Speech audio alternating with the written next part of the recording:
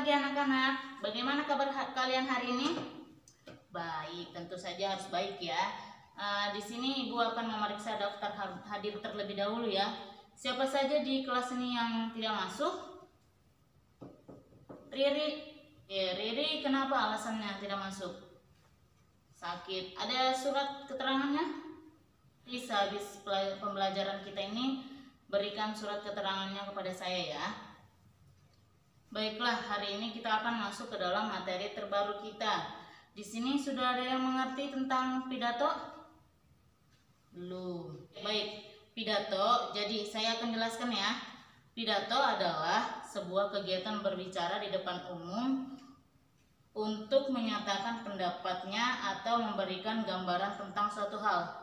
Ada yang ingin ditanyakan? Sudah dapat dimengerti? Dari penjelasan yang telah Ibu berikan tadi, ada yang tahu apa saja fungsi daripada pidato? Tidak ada ya. Jadi fungsi dari pidato ini yang pertama adalah mempermudah komunikasi antara atasan dan bawahan. Maksudnya di sini adalah memudahkan komunikasi antara bos dengan karyawan serta staf-staf yang lainnya. Yang kedua adalah mempermudah komunikasi antar sesama anggota organisasi. Sama seperti tadi, namun ini berkomunikasi antar karyawan satu dengan karyawan yang lain atau staf satu dengan staf yang lainnya. Kemudian yang ketiga adalah menciptakan suatu keadaan yang kondusif di mana hanya perlu satu orang saja yang berbicara. Yang terakhir ada sama seperti yang pertama dengan yang kedua adalah mempermudah komunikasi. Dari fungsi-fungsi pidato yang telah Ibu sebutkan tadi, ada yang mengetahui di mana saja dan oleh siapa saja pidato ini dilakukan? Ada yang mengetahui? Tidak ada. Jadi praktik pidato ini dilakukan yang pertama biasa dipraktikkan oleh pemimpin organisasi kepada anak buah organisasinya. Seperti ketika seorang bos yang mengumpulkan anak buahnya sebelum bekerja dan dia mengatakan sebuah informasi tentang perusahaan mereka, seperti itu. Yang kedua dipraktikkan oleh pemimpin atau pejabat negara guna mempermudah adanya komunikasi sehingga terciptanya keadaan yang demokratis seperti seorang presiden yang menyampaikan informasi-informasi untuk didengarkan oleh masyarakat baik lewat media maupun secara langsung, seperti itu. Yang ketiga dipraktikkan untuk menenangkan massa. Yang terakhir adalah biasanya seorang pemimpin atau orang yang berpengaruh diwajibkan menguasai teori pidato. Nah, itu seperti yang ada pada nomor 1 tadi. Dari sini sudah kelihatan belum contoh-contoh pidato? Belum ya? Jadi akan saya sebutkan ya. Contoh-contoh pidato itu yang pertama adalah pidato apa? Kenegaraan. Yang kedua adalah pidato wisuda. Yang ketiga adalah pidato apa? Ada yang tahu? Kepemimpinan. Pemimpinan.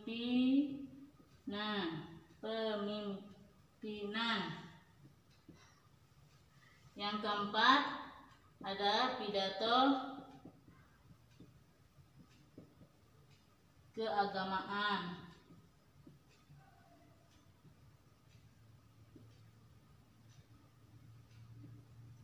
Yang kelima ada orasi. Yang keenam, yang terakhir adalah pidato singkat.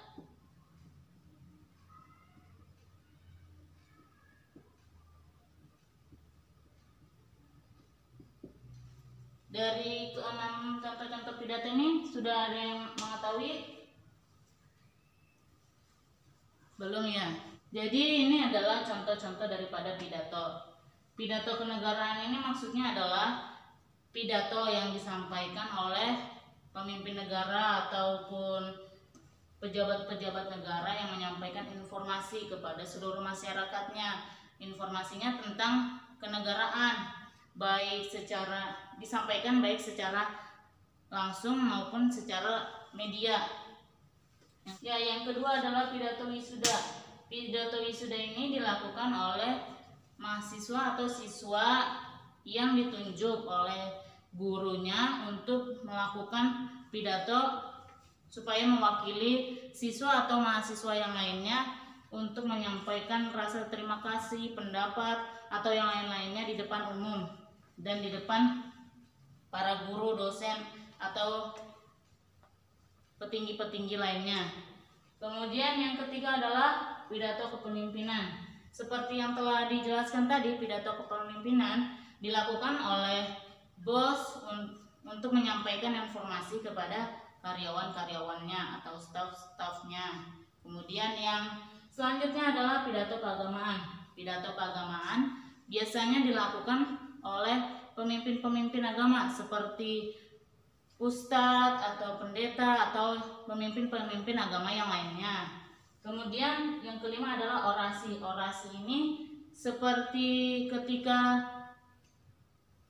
pemilu. Jadi calon presiden itu diminta untuk menyampaikan visi dan misinya. Itu adalah orasi. Yang terakhir adalah pidato singkat. Ini adalah contoh-contoh daripada pidato. Jadi contoh-contoh ini sudah dapat dipahami tentang contoh-contoh daripada pidato. Ada yang ingin ditanyakan? Baik, kita akan lanjut ke materi selanjutnya, yaitu tentang metode pidato. Metode pidato ada yang sudah tahu? Yang pertama apa? Impromptu. Impromptu. Yang kedua adalah memoriter. Kalau mau menulis bisa ya kalian. Yang ketiga adalah naskah. Yang keempat ekstemporan. Ekstemporan. Jadi ini adalah keempat metode dalam pidato. Yang pertama adalah impromptu. Ada yang sudah mengetahui tentang impromptu? Ada yang sudah mengetahui? Belum. Baik. Impromptu adalah metode pidato yang dilakukan tanpa membaca naskah atau dilakukan secara spontanitas. Seperti ketika ada suatu acara bergengsi dan ketika ada pejabat-pejabat atau pemimpin-pemimpin yang sangat berpengaruh, staf-staf yang mengadakan acara-acara tersebut akan langsung memberitahu kepada pejabat itu atau pemimpin itu pada hari itu juga untuk menyampaikan pidato tanpa diberitahukan dari jauh-jauh hari. Seperti itu. Itu adalah impromptu. Yang kedua adalah memoriter. Ada yang sudah tahu tentang memoriter? Ada yang mengetahui tentang memoriter? Belum. Jadi memori adalah penyimpanan atau ingatan dan lain sebagainya. Jadi memoriter adalah metode dalam pidato yang dilakukan dengan cara menghafalkan naskah pidato. Jadi seperti ketika ada acara nih, minggu depan ada acara dan si pejabat diberitahukan 2 hari sebelum acara berlangsung. Jadi pejabat itu akan menuliskan apa-apa saja yang akan disampaikan di dalam pidatonya dan dia akan menghafalkan supaya dapat berbicara sesuai apa yang dihafalkan dari naskah pidatonya itu untuk dibicarakan pada hari H acara tersebut. Itu adalah memoriter, metode yang dilakukan dengan cara menghafalkan naskah pidato. Yang ketiga adalah metode naskah. Metode naskah adalah metode yang dilakukan dengan cara membacakan naskah pidato. Sama seperti memoriter, dipersiapkan terlebih dahulu. Hanya perbedaannya memoriter ini diingat, sedangkan naskah ini dibacakan pada hari H. Dapat dipahami tentang metode naskah ini? Baik, kita lanjut. Nah, yang terakhir adalah metode ekstemporan. Metode ekstemporan adalah metode yang dilakukan dengan cara menyiapkan garis-garis besar konsep pidato terlebih dahulu untuk disampaikan.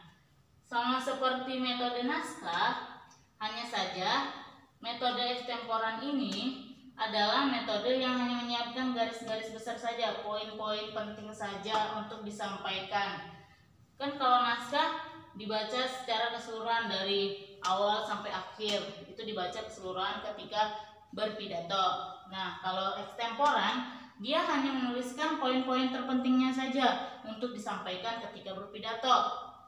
Dari metode-metode ini dapat dipahami dari keempat metode ini. Ada yang ingin ditanyakan? Baik, kita akan lanjut ke unsur-unsur dalam pidato. Unsur-unsur dalam pidato yang pertama adalah, ada yang tahu? Yang pertama apa?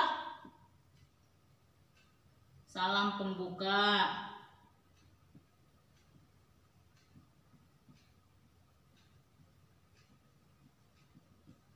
Kedua, ya, kata sapaan.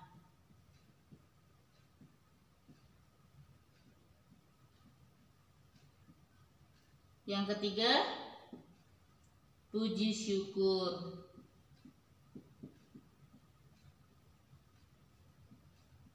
Yang keempat,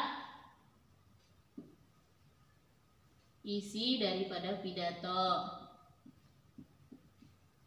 Kalau ada yang mau menulis, silakan ditulis ya. Yang kelima, penutup pidato.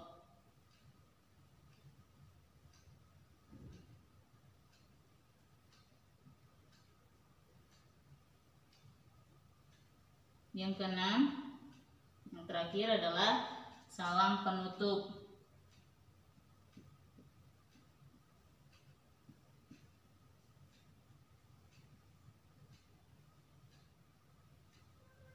Nah, ini adalah unsur-unsur daripada pidato. Baiklah, sebelum saya lupa, saya akan memberikan tugas bagi masing-masing siswa untuk membuat pidato yang bertemakan apa saja, namun tetap dalam ruang lingkup pendidikan. Jadi dikumpulkan pada saat pembelajaran yang akan datang. Dan saya ingin 2 atau minimal 2, maksimal 5 orang yang akan membacakan pidato setiap akhir pembelajaran. Dan orang yang mendengarkan pidato akan menilai pidato yang disampaikan oleh teman kalian. Jadi unsur penilaiannya itu, struktur penilaiannya itu adalah, yang pertama adalah struktur materi pidato, pembuka, isi, dan penutup. Tulis ya.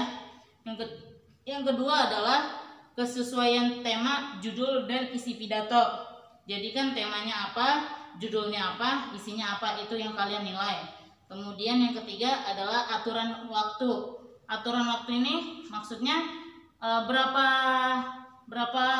lama si pembaca pidato ini menyampaikan pidatonya, itu yang kalian nilai ya.